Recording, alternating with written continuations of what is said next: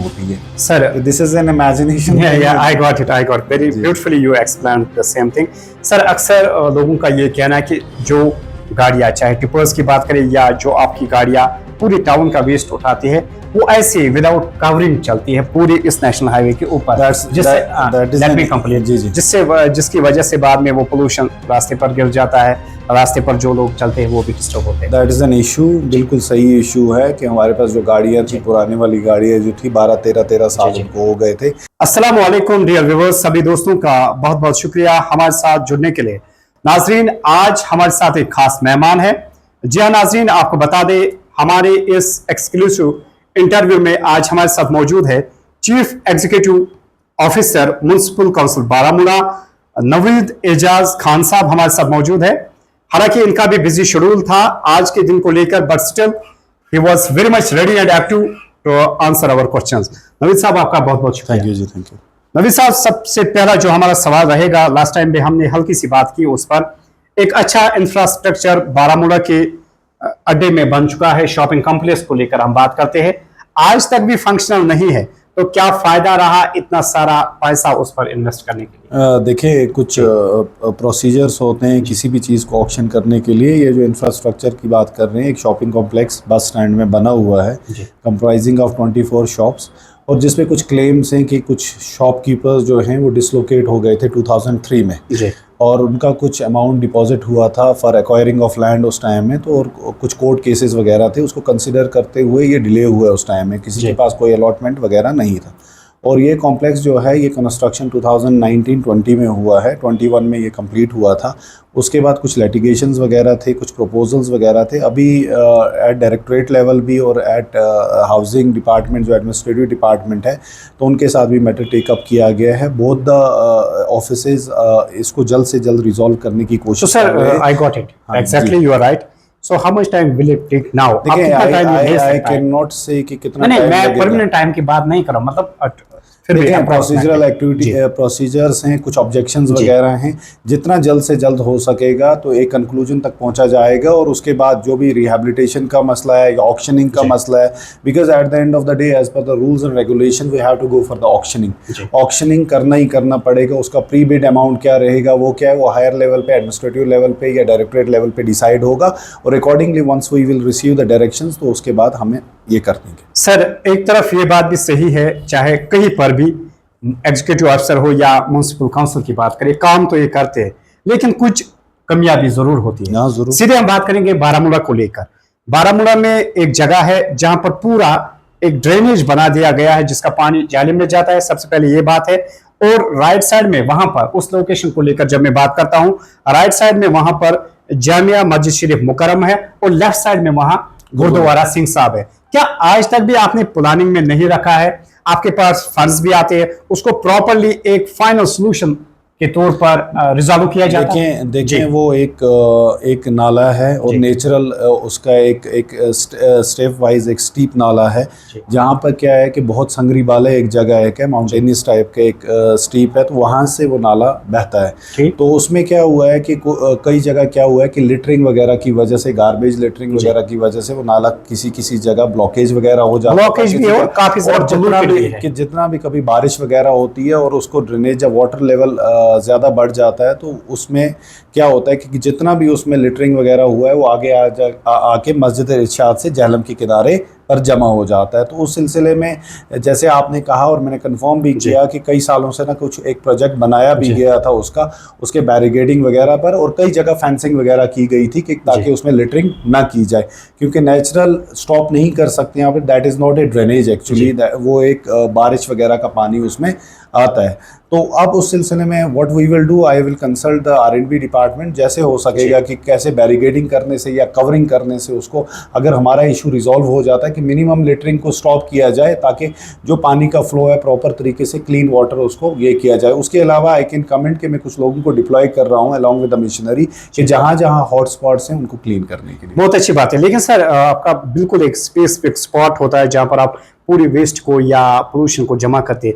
अक्सर वहां पर पोल्यूशन भी पाई जाती है उस ड्रेन में, जैसा कि आपने बिल्कुल क्लियर कर दिया है, वो ऑलरेडी वहां पर नाला है, लेकिन फिर भी पोल्यूशन क्यों लोगों को उसी नाले में डालना पड़ता है? देखें क्या आपकी टीम एक्टिव नहीं है वहाँ देखें आईईसी एक्टिविटीज़ के ज़रिए बहुत सारी एक्टिविटीज़ कैरी की जाती हैं। अंडर एसबीएम प्रोग्राम के ज़रिए लोगों को बताया जाता है कि कहाँ लिटरिंग से स्टॉप करनी है और कौन सा कचरा वगैरह जो है वो प्रॉपर तरीके से जब गाड़ियाँ जाती हैं उसका डिस्पोजल करना है, सेग्रीगेशन करना है। सेग्रीगेशन के बाद हमारी गाड़ी उसका कलेक्शन करेगी और जो हमारा साइट होगा उस पर लेके जाने के लिए। लेकिन कुछ nuisance creator I can say या वायोलेटर्स कुछ होते हैं, what they do, they doesn't remain abided by the rules and regulations, वो लिटर करते हैं किसी न किसी जगह, खुद आके शाम के टाइम आके या मॉर्निंग के टाइम में इंस्टेंट गाड़ी जाती है वहाँ कलेक्शन के लिए, उधर नहीं देते हैं तो नाले में फेंक देते हैं। They are habitual offenders and various कुछ लोगों को आइडेंटिफाई करके बहुत सारी जगहों पे जैसे कांटबाग वगैरह एरिया में कुछ एफआईआर भी लॉन्च किए गए थे और आईईसी के जरिए भी समझाया जाता है। तो we will be like it's एक प्रोग्रेसिव चीज़ जाएगी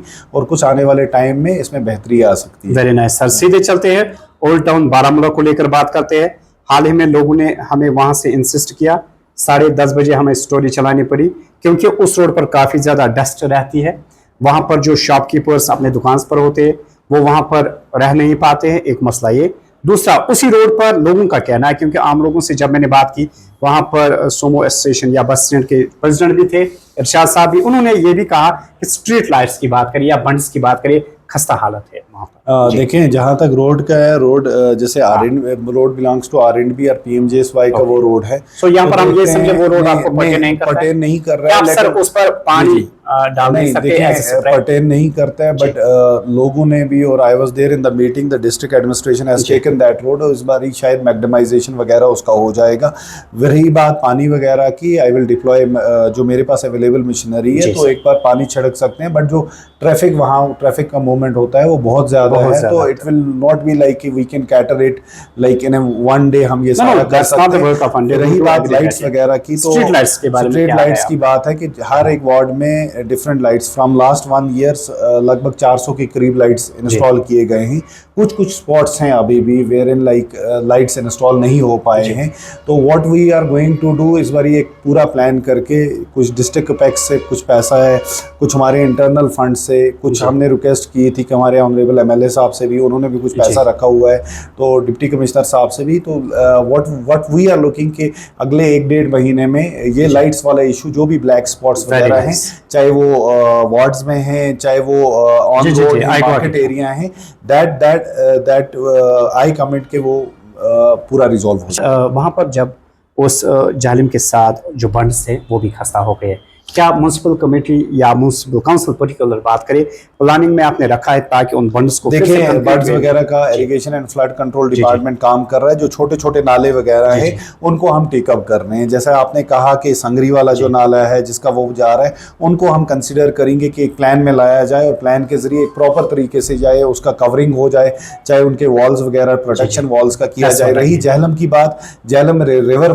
फ्रंट वगैरह के लिए हम जा सकें, जिसका डीपीआर ऑलरेडी सबमिटेड है। जैसे ही ऑथराइजेशन वगैरह अकॉर्ड अप्रूवल मिलता है तो हम काम लगा सकते हैं। लेकिन आप देख सकते हैं कि जहलम के किनारे अभी भी इरिगेशन फ्लड कंट्रोल का काम चल रहा है, जिस जगह की आप बात कर रहे हैं, दैट विल बी लाइक वो इरिगेशन फ्लड कंट्रोल, उसका प्रोटेक्शन। सर एक कंफ्यूजन सा रह गया है लोगों में, it's a sort of confusion, rather people want to know about this thing also. जब हम चेक पोस्ट को लेकर बात करते हैं कि बाद में ये भी कहा जाता है कि वहां पर पर्टिकुलर पर्सन को ये कॉन्ट्रैक्ट नहीं होता है, बाद में आउटसोर्सिंग होती है, तो इस बारे में बताएं। ऐसा नहीं, देखें ऐसा कुछ भी नहीं होता है, कभी भी नहीं हो सकता। This is not possible. Last year in the month of from June, perhaps 1 June last year से कॉन्ट्रैक्ट अलॉट किया गया है और ई टेंडरिंग होती है। ई टेंडरिंग के जरिए कॉन्ट्रैक्ट अलॉट किया जाता है। जब आपने ई टेंडरिंग की बात, ट्रांसपेरेंसी की बात आती है, जिसमें टेक्निकल पूरी एक टीम बैठती है और उसके बाद अलॉट किया जाता है। तो हमारा जो कॉन्ट्रैक्ट है 3.37 CR का कॉन्ट्रैक्ट है और अभी तक जो डिपोजिशन हुआ है कॉन्ट्रैक्टर के द्वारा इट्स अराउंड 2.50 और कॉन्ट्रैक्ट एंड हो रहा है 31 मार्च 2024 को। तब तक जो टर्म्स एंड कंडीशंस है वो प्रॉपर तरीके से फॉलो की गई हैं और जो कलेक्शन वगैरह है वो प्रॉपर तरीके से अभी तक जो as per the terms and condition है वो किया जाए। जो बात आपने की outsourcing, this is not at all possible. Last time भी एक न्यूज आया गया था, that was I can not से कि कैसे लास्ट टाइम एक न्यूज एक आया था पिछले साल लास्ट ईयर। उस टाइम में क्या हुआ था कि कॉन्ट्रैक्ट का जो टाइम पीरियड था, कॉन्ट्रैक्ट मार्च में एंड होना था, अप्रैल से जून तक कॉन्ट्रैक्ट हमें चलाना था। हम उस कॉन्ट्रैक्ट को यानी कि म्युनिसिपल काउंसिल बारामूला ही कॉन्ट्रैक्ट चला रहा था, तो उसमें कलेक्शंस वगैरह का जो ये था कि we had a target of 28,000। तो जब ये न्यूज़ आया था we calculated that target we had 42। तो ऐसा कभी भी नहीं हुआ था कि म्युनिसिपल काउंसिल बारामूला किसी को कॉन्ट्रैक्ट वगैरह, और उसमें डायरेक्टरेट ने हमसे एक रिपोर्ट भी मांगी थी जिसका क्लैरिफिकेशन भी दिया गया था और प्रॉपर तरीके से वो डिस्पोज किया गया था। और कभी भी municipal council Baramulla is like has insured कि कभी भी गवर्नमेंट एक्सचेकर को किसी भी तरीके से लॉस नहीं होना चाहिए, बिकॉज यही पैसा है जो हम यहाँ पर खर्च करते हैं और यही पैसा डेवलपमेंट के लिए यूज होता है। और इसमें अकाउंटेबिलिटी एक लेवल पे नहीं है। आप देख सकते हैं कि डिफरेंट आपके पास अकाउंटेबिलिटी रहती है, समाधान पोर्टल पे कंप्लेंट करने के लिए, डायरेक्टोरेट लेवल पे, एडमिनिस्ट्रेटिव लेवल पे, हर लेवल के पास अकाउंटेबिलिटी है। हमें हर हफ्ते रिव्यू लिया जाता है हर चीज़ को लेकर, टैक्स को लेकर, रेंट को लेकर या ऑक्ट्राई पोस्ट के कॉन्ट्रैक्ट को लेकर। तो कभी भी ऐसी चीज़ नहीं होती है sir. This is an imagination. I got it very beautifully you explain the same thing. Sir अक्सर लोगों का ये कहना है कि जो गाड़ियां, चाहे टिपर्स की बात करें या जो आपकी गाड़ियां पूरी टाउन का वेस्ट उठाती है, वो ऐसे विदाउट कवरिंग चलती है पूरी इस नेशनल हाईवे के ऊपर, जिसकी वजह से बाद में वो पोल्यूशन रास्ते पर गिर जाता है, रास्ते पर जो लोग चलते हैं वो भी डिस्टर्ब होते हैं। दैट इज एन इशू, बिल्कुल सही इशू है कि हमारे पास जो गाड़ियां थी, पुराने वाली गाड़ियां जो थी 12-13 साल उनको हो गए थे, they were not in condition actually कि उनका कवरिंग करने के बावजूद भी वो, but I just want to tell you कि कुछ दिन पहले the directorate has like provided us 2 more vehicles जो टिपर वगैरह हैं बारामूला के लिए, दे विल रिमेन कवर्ड। और प्रॉपर तरीके से अब हमने ये डिसाइड किया है जो हमारे ऊपर्स वगैरह हैं वो टोटल कवर रहते हैं।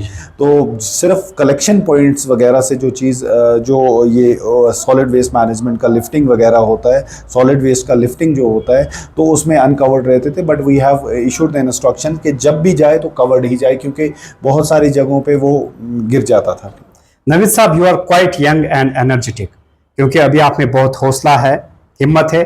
बारामूला की ब्यूटिफिकेशन के लिए क्या फ्यूचर प्लान्स हैं? देखें, बहुत सारे प्लान्स डिवाइस किए गए हैं। अभी जस्ट हाफ एन आवर पहले भी मीटिंग हुई थी जिसमें ट्रैफिक डिकंजेशन का मेन मुद्दा है कि ट्रैफिक को डिकंजेस्ट कैसे किया जाए, जिसमें आपके जो बस स्टैंड्स वगैरह हैं, जो गाड़ियां वगैरह हैं, उनको प्रॉपर तरीके से कैसे मैनेज किया जाए। और उसके अलावा जो ब्यूटिफिकेशन के लिए जैसे रहेगा कि पेवमेंट्स कैसे लगने चाहिए, कैसे सिटिंग एरियाज कैसे होने चाहिए, पैसेंजर पोर्ट्स कैसे होने चाहिए, कलर कोडिंग होनी चाहिए मार्केट में, प्रॉपर तरीके से एक पर्टिकुलर एक टाइप का ड्रेनेज होना चाहिए, एक ड्रेनेज का प्लान बनना चाहिए। सब चीज़ें की जा रही हैं और as development is always a progressive, एक स्टेप वाइज डेवलपमेंट होती है। इट्स नॉट वन टाइम कोई एक्सरसाइज है, तो it will take time, but in coming years we will see a proper एक beautiful Baramulla, a developed Baramulla. तो यहाँ पर हम ये समझे, क्योंकि आप बिल्कुल बाज़ाब्ता तौर पर इस वक्त हुकूमत भी बन चुकी है, अगर एमएलए भी आपके साथ जुट जाएंगे, उनके भी फंड्स आते हैं, आप भी मिलकर, तो बारामूला हमें फ्यूचर देखें जहां तक डिस्ट्रिक्ट एडमिनिस्ट्रेशन का ताल्लुक है या एमएलए साहब का, एवरीबॉडी इज कमिटेड के for the development. There is no question कि कोई डेवलपमेंट में कोई लैतुलाल वगैरह होगा, तो डेवलपमेंट के लिए सारे कमिटेड। अब किस टाइप की डेवलपमेंट होगी वो प्लान्स वगैरह सबमिट होते हैं, और प्लान्स के तहत ही जैसे हमारे पेमेंट्स का एक पुराना कन्वेंशन था कि 4 फुट या 3 फुट की पेमेंट्स वगैरह बनते थे पेडेस्ट्रियंस के लिए, तो अभी 10 फुट वाले बन रहे हैं, तो उनको प्रॉपर लाइटिंग हो रही है। इनकॉर्पोरेट एक अच्छे डीपीआर बन रहे हैं, डीपीआर को रिव्यू किया जा रहा है, एक पर्टिकुलर एक प्लान के जरिए आगे जाया जा रहा है। जैसे आप देख सकते हैं भी, अभी भी आप बारामूला के 2-1.5 साल पहले, 2 साल पहले और अभी का Baramulla, there is lot of difference. जैसे डीसी ऑफिस वाला रोड है आपका, आरएनबी रोड है, आपके पेमेंट्स हैं, आपके फुटपाथ्स वगैरह पूरे तरीके से, आपके ब्रिज वगैरह को ब्यूटिफाई किया जा रहा है, फाउंटेन्स वगैरह इंस्टॉल किए जाए। मैग्नेमाइजेशन के लिए एक प्रोजेक्ट गया है, हमारे साइड से जाता है, आरएनबी के साइड से। डिफरेंट डिपार्टमेंट, हर एक डिपार्टमेंट अपने तरीके से यही कमिटेड रहता है कि किस न किस तरीके से काम हो। आई गॉट इट। नवीद साहब, जब आपने ब्रिजेस की बात की, एक ब्रिज पर मैंने खुद भी उस पर ट्रैवल किया है बिफोर सम डेज, उस पर बिल्कुल एक अच्छी लाइटिंग थी, लेकिन दूसरा जो ब्रिज है उस पर लाइटिंग नहीं। क्या उस पर भी देखें देयर वाज कंस्ट्रेंट थे, फंड्स हमारे पास अवेलेबल थे कि 50 लाइट्स हम लेके आए थे, और 50 लाइट सिर्फ 2 ब्रिज पे अकोमोडेट होके, आपकी उड़ी ब्रिज पे जो सीमेंट ब्रिज है और आपके आजादगंज ब्रिज पे।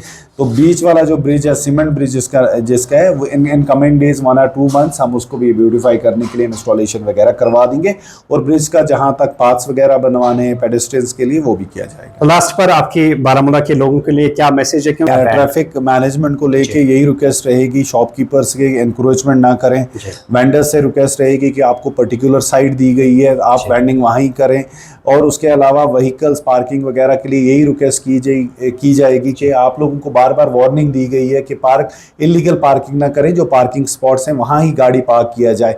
1-2 टाइमिंग वार्निंग के बाद स्ट्रिक्ट एक्शन किया जाएगा, जिसमें लाइसेंस कैंसिलेशन के लिए ARTO साहब के साथ भी अभी मीटिंग हुई है, तो स्ट्रिक्ट एक्शन के जरिए यही किया जाएगा। बाकी लोगों से यही गुजारिश की जाती है कि कोऑपरेट करें। एक अच्छा, अगर किसी के दिमाग में कोई आइडिया वगैरह है कि बारामूला के they are office always open, तो वो हमारे साथ भी डिस्कस कर सकते हैं। उसके अलावा लोगों से यही गुजारिश की जाएगी कि रूल्स एंड रेगुलेशन सेट्स हैं, उसके हिसाब से आप बारामूला में ट्रैफिक को लेकर, सॉलिड वेस्ट मैनेजमेंट को लेकर, या कई और चीज़ रूल्स वगैरह जो ज़रूरत पड़ते हैं उस हिसाब से चला जाए। Thank you very much. नाज़रीन, आज थे हमारे साथ खास मेहमान chief executive officer municipal council Baramulla Naveed Ejaz Khan साहब। इंशाल्लाह हमारी यही कोशिश रहेगी, कुछ महीने बाद हम फिर से आएंगे, क्योंकि अभी कुछ कमियां जो है डेवलपमेंट को लेकर, और एडमिनिस्ट्रेशन भी बिल्कुल एक्टिव एंड अलर्ट है, म्युनिसिपल कमेटी भी एक्टिव एंड अलर्ट है, और कुछ महीने के बाद हम फिर यहाँ आएंगे और फिर से आप तक पहुंचाएंगे कि बारामूला में कितनी डेवलपमेंट हुई है। तो नाजरीन, सभी दोस्तों का बहुत बहुत शुक्रिया।